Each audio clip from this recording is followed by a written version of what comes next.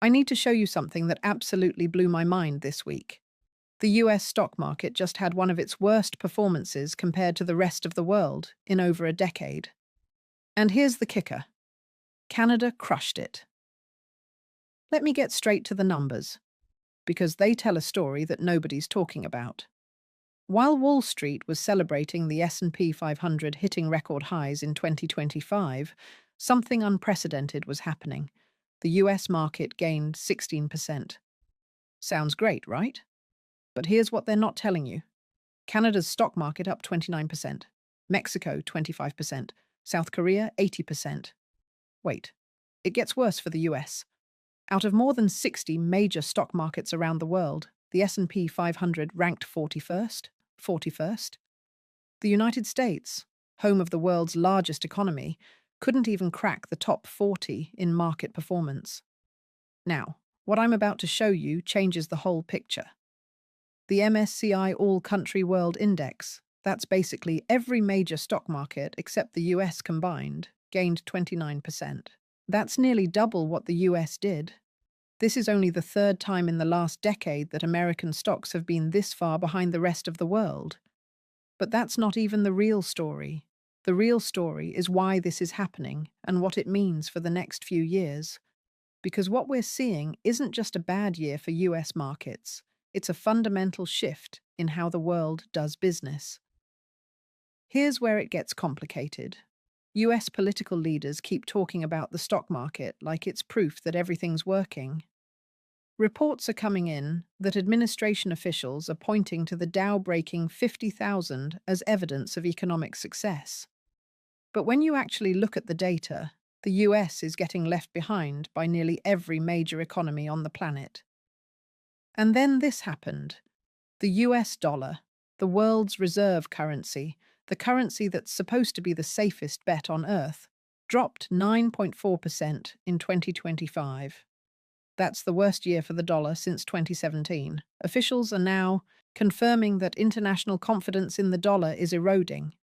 What we're learning is that countries around the world are making a choice, and they're not choosing America. Let me walk you through what's really going on.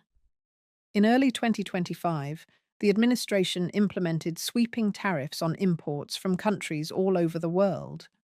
The stated goal was simple: reduce the trade deficit, bring manufacturing back to America, make other countries pay their fair share.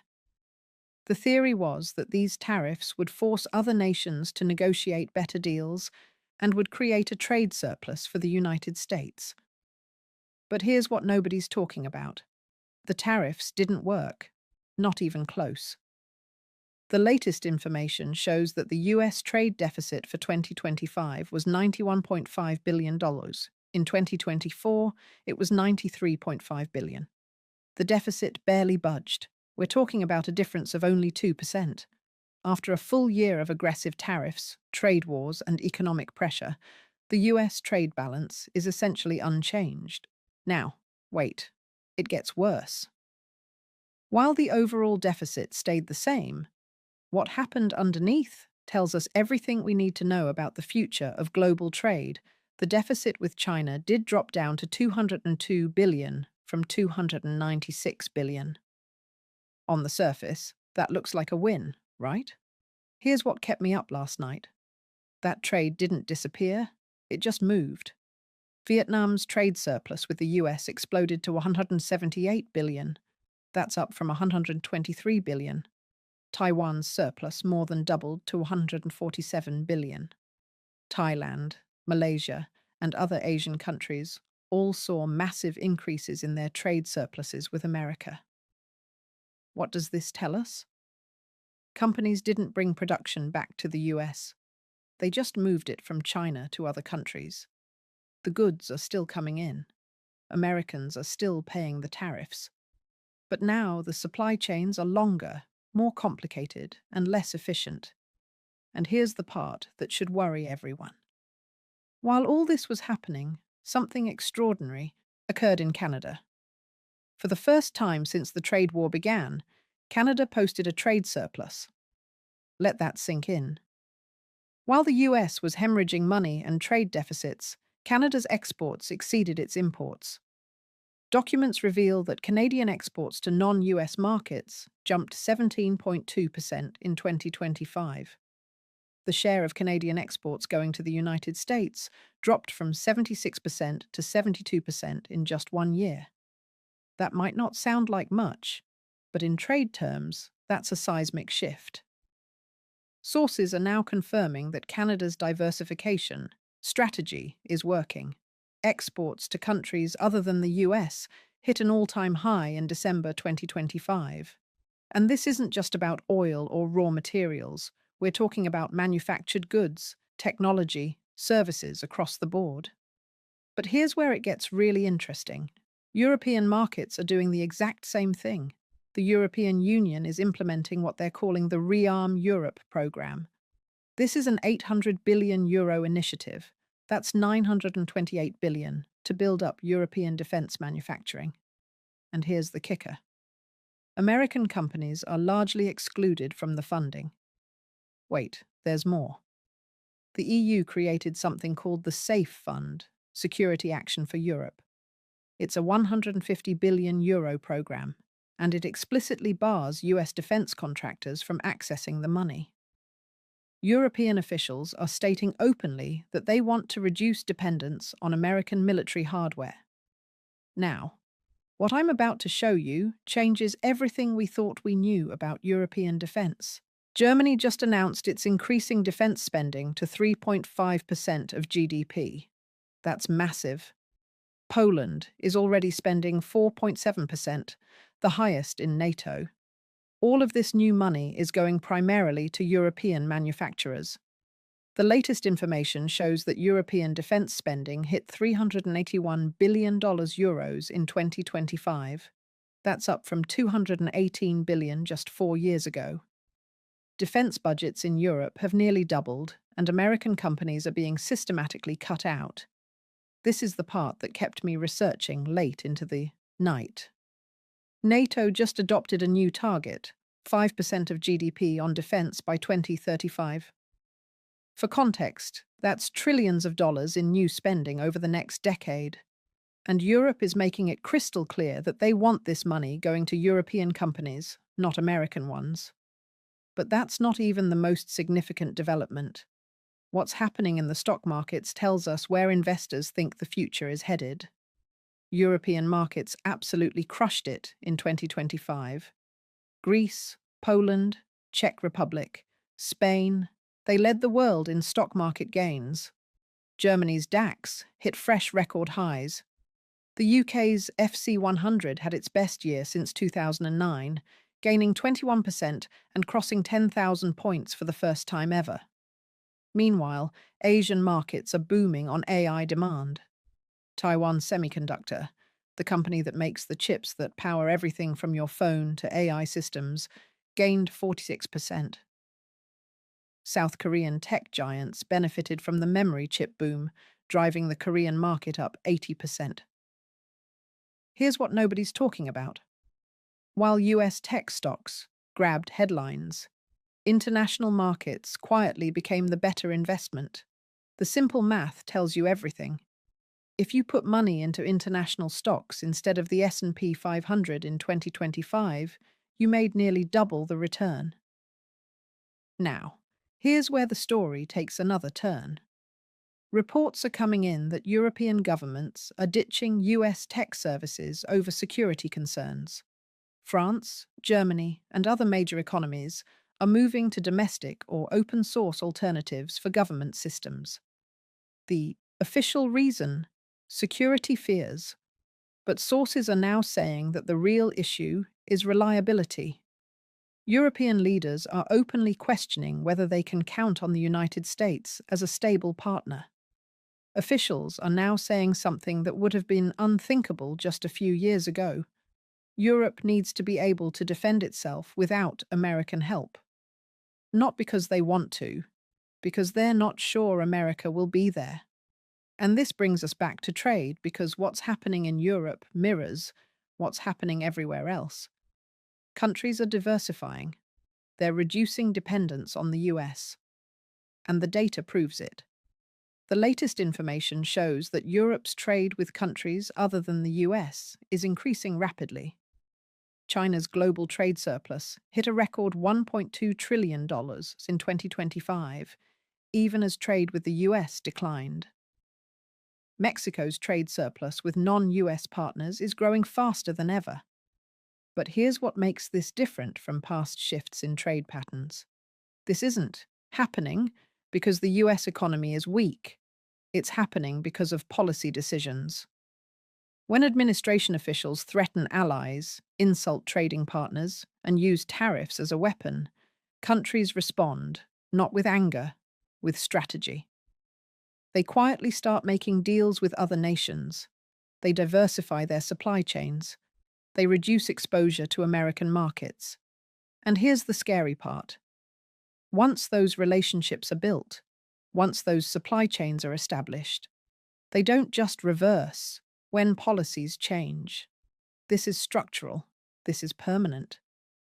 What we're witnessing right now is the biggest reshuffling of global trade relationships since China joined the World Trade Organization.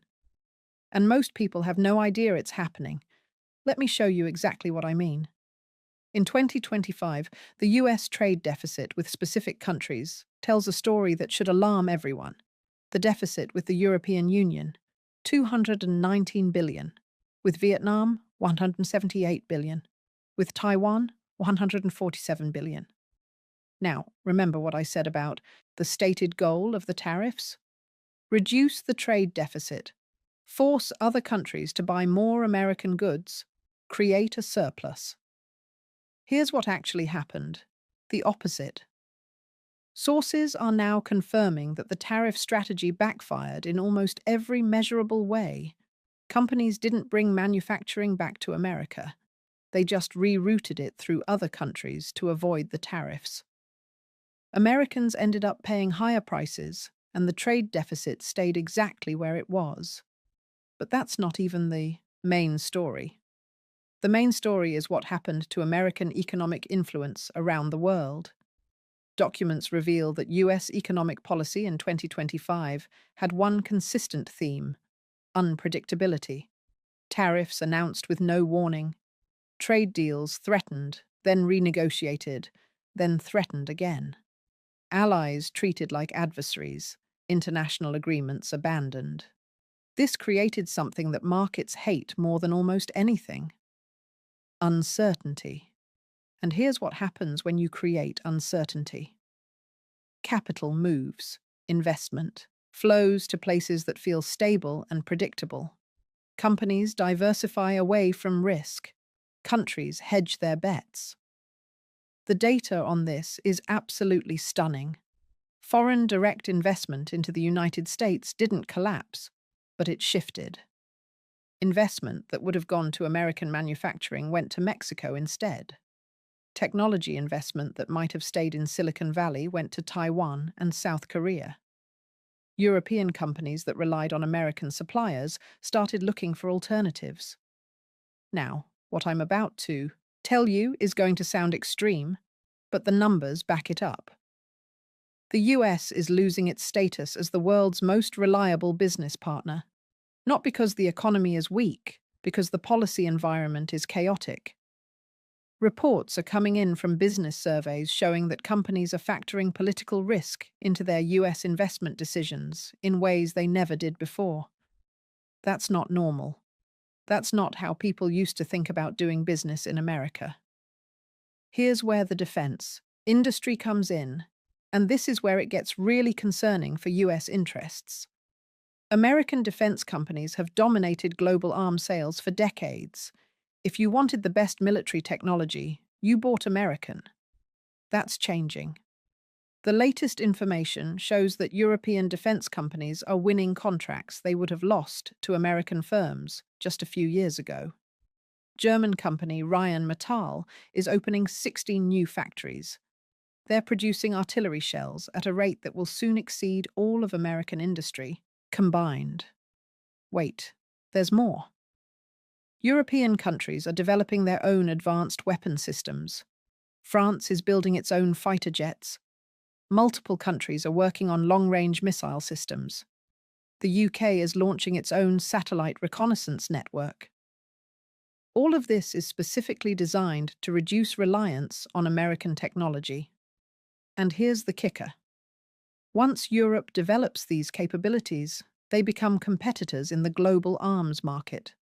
American companies won't just lose European sales, they'll lose sales everywhere as European alternatives become available. This is happening in other industries too. Asian semiconductor manufacturers are capturing market share.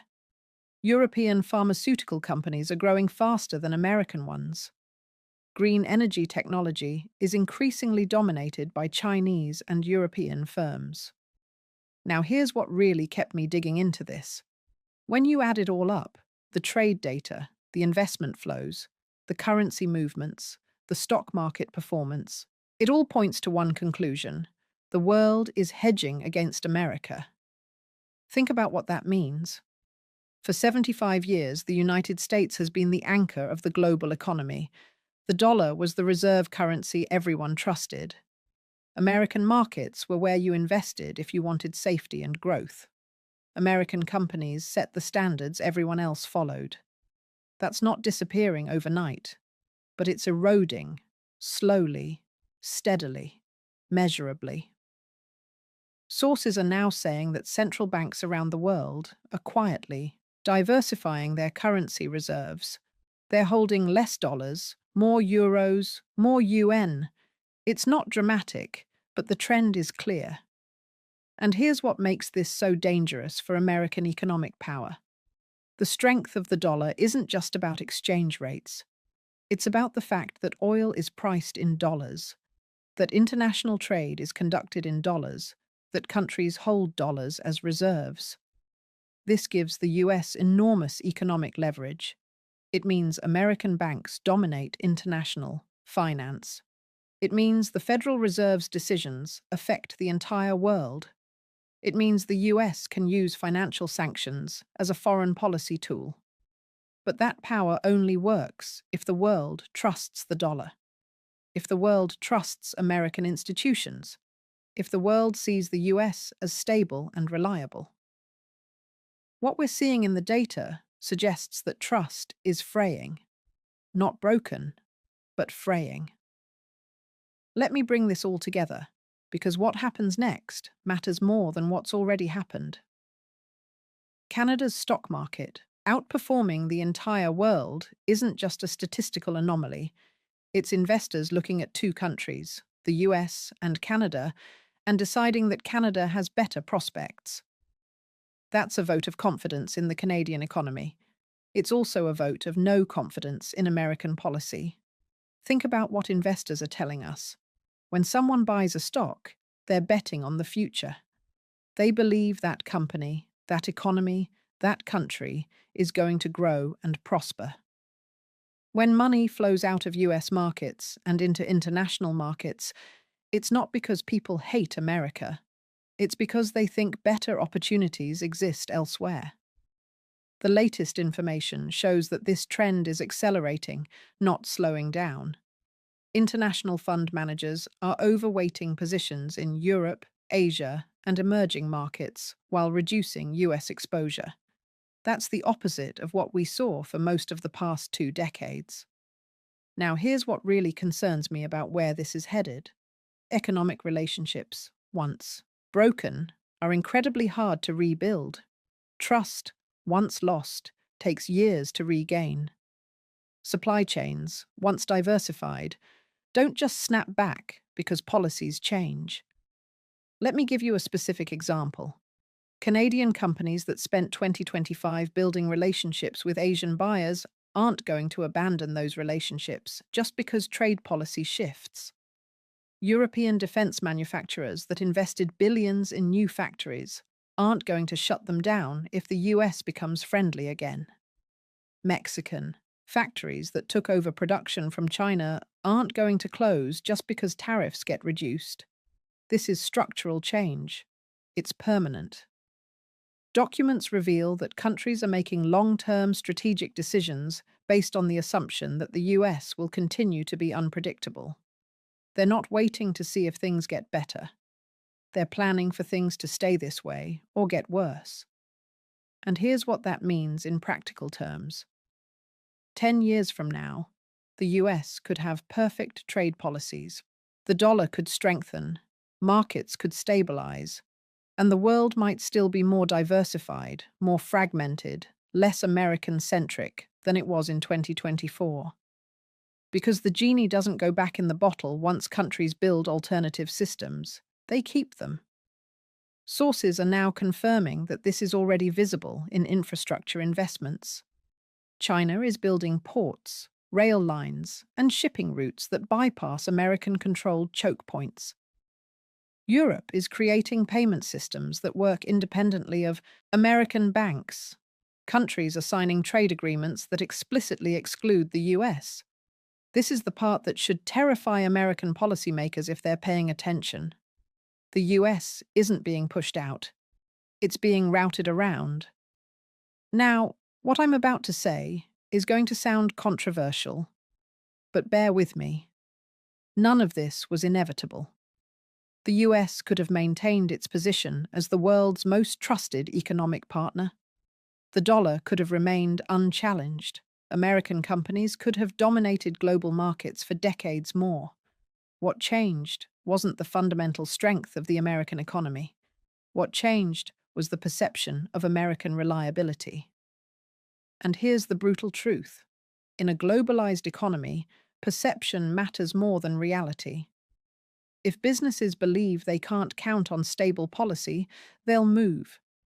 If countries think the US might sanction them tomorrow, they'll build alternatives today. If investors worry about political chaos, they'll put money somewhere else. The data shows this is exactly what's happening, and it's accelerating. Reports are coming in that American economic officials are starting to notice. There are private discussions about how to restore confidence. There are proposals for more stable trade policy. There are attempts to repair relationships with allies. But here's the problem.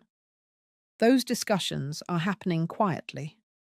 While public rhetoric continues to be aggressive and unpredictable, countries don't know which America to believe, so they prepare for the worst.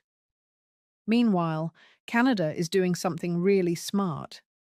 Instead of complaining about the situation, they're adapting, diversifying, building new relationships, investing in sectors that are growing globally. And the results speak for themselves. Canadian exports to non-US markets at record highs, trade surplus for the first time in years, stock market outperforming the world, foreign investment flowing in. These aren't accidents. This is what happens when you have stable, predictable policy focused on economic growth rather than political theatre. The same pattern is playing out in Europe, in Asia, in emerging markets all over the world. Countries that are offering stability and predictability are winning investment. Countries that create chaos are losing it. Now, I want to be clear about something. I'm not saying the US is doomed. The American economy is still enormous. American companies are still incredibly innovative.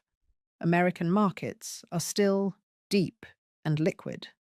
None of that changes overnight. But leadership isn't permanent.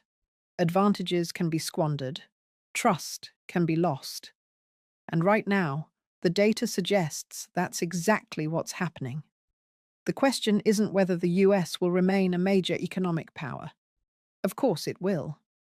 The question is whether it will remain the dominant economic power or just one of several major powers in a multipolar economic world. Based on what we're seeing right now, the second scenario looks increasingly likely. And that changes everything about how the global economy functions, how trade works, how currencies are valued, how investment flows, how geopolitics plays out. This is why the Canadian stock market story matters. It's not just about 1 year of returns. It's a signal about where the world is headed. And right now, that signal is clear. The world is diversifying away from the United States. I'm curious what you think about this. Are we witnessing a fundamental shift in global economic power? Or is this temporary turbulence that will correct itself? What am I missing here?